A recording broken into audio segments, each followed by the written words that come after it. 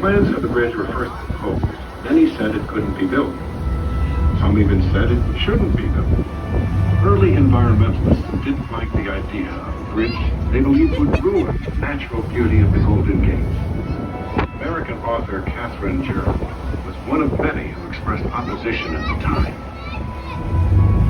Lynn, you have one of the most romantic approaches in all geography. Why spoil it? In the interest of your own uniqueness, dear San Francisco, do not bridge the Golden Gate. The War Department in Washington, D.C.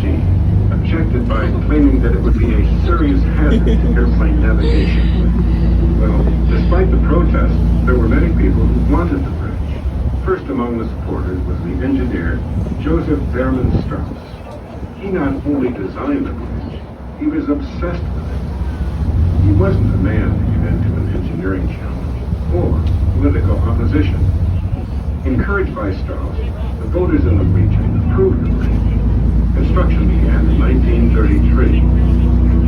The design was finally developed. The immigrants were questioned for hours.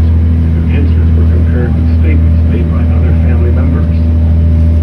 Yes, my name is Robert and Robert.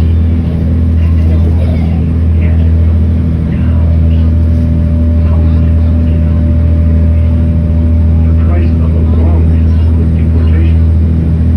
But today, the Old Detention Center houses a museum, a monument to San Francisco's Asian differences. Men and women who fought their way past legal barriers and racial prejudice to enjoy America's promise of a brighter future.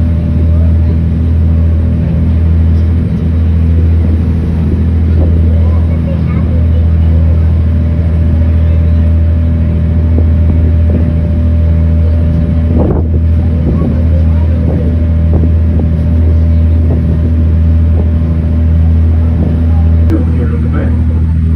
But even with lighthouses, buoys, and longboards, navigating the narrow harbor entrance no easy feat. The clog, shifting currents, and overly bold captains resulted in shipwrecks. In 1901, the wreck of the steamer City of Rio de Janeiro was the worst local maritime disaster ever recorded.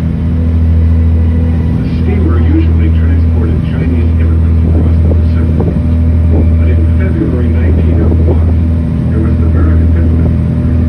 He was returning to attend President William McKinley's inaugural ball in Washington, D.C.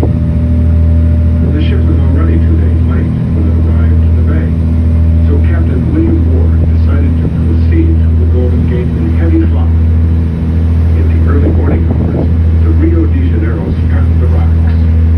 The ship did not have watertight bulkheads, and it sank in a mere 10 minutes.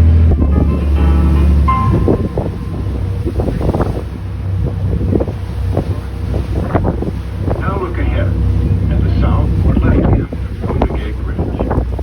Situated underneath that bridge, you'll see a building. Being small beside the bridge, but in its day, it was an impressive symbol of strength. That's Old Port Point. When you get closer to it, you'll notice there are 3 level, big black squares on its wall. Each one of those is a gun point. Behind each one of those gun points is a huge cast iron cannon, the biggest one which can fire 100 feet of cannon. Even Fort Point was completed in 1861. Stood guard over the narrow mouths of the bay, protecting San Francisco's vital port and California's immense wealth of gold and silver against intruders. However, no intruders ever came, and like every other fort around the bay, Fort Point never fired a shot in anger. Today, park rangers in full Civil War uniform give tours of the fort daily. They can teach you how to load and fire a Civil War cannon.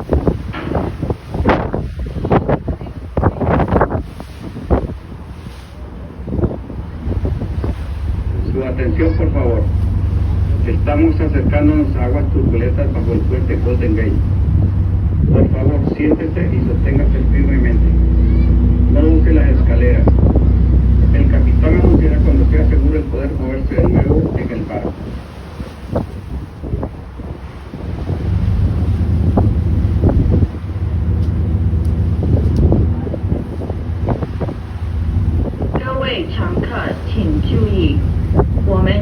会接近金门桥下的急流水。 makes you feel very small, and standing looking up at those huge towers and looking at the whole thing moving in the wind, it's awe-inspiring. That name, by the way, came long before the bridge. John Z. Fremont, soldier, explorer, and adventurer, named the entrance to San Francisco Bay the Golden Gate back in 1846. That was even before gold was discovered in California. Look to the north end of the Golden Gate Bridge, the side opposite San Francisco, and you'll see Rocky Point, Missouri, just below the bridge.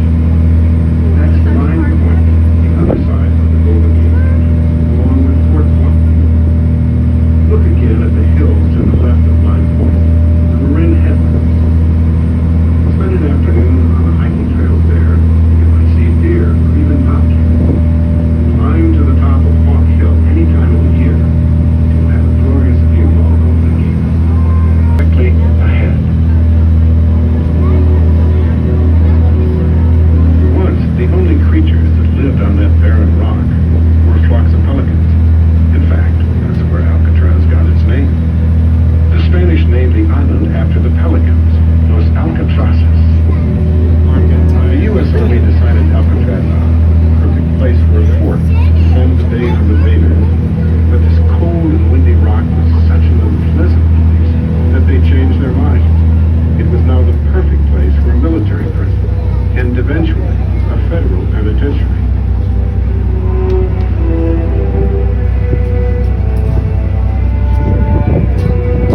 It was a time when gangsters were becoming heroes to people. The government needed to send a message that crime did not pay, so they created Alcatraz, the very last stop in the country's prison system, a place to send the worst criminals of all. Yeah, my name is Leon Whitey Thompson. My number was 1465, AZ 1465. I was a man that had total hatred in them days. I hated anything that walked across on this earth. And when you got a man like that in prison, you got to get rid of him. And that's what they did. They shipped me to Alcatraz. These were hard men, kidnappers, bank robbers, killers, men so dangerous that when the first batch arrived by train in 1934, not one was allowed to step down onto free soil. They simply loaded the train cars, one by one, onto barges, and floated them out to the island with the inmates chained up inside.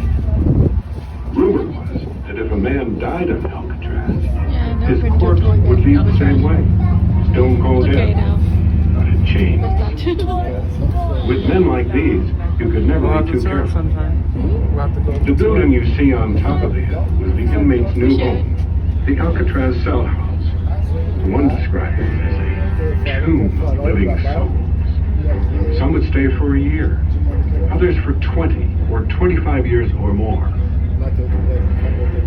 To get an idea of the accommodations inside, go ahead and reach your arms out as far as you can from side to side. That's how wide an Alcatraz cell is, 5 feet across. Now reach your hands up high above your head. That's how tall, and only a bit longer from end to end. The cell house might look huge from here, but it was never completely filled. No more than 300 inmates lived inside at any time. 300. They could all fit on this boat ride today. It's the Alcatraz ferry. We pick that one and we store it. Okay. Well, it'll be next time. Next time. Next time we need jacket too. I brought it to Benore. I want to wear.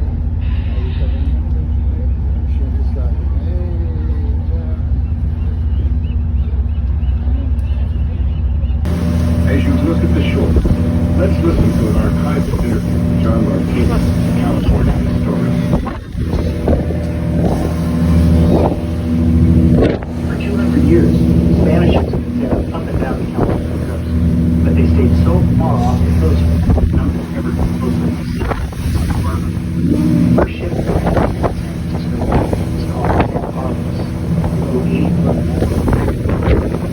long, long, long, long. Piloted the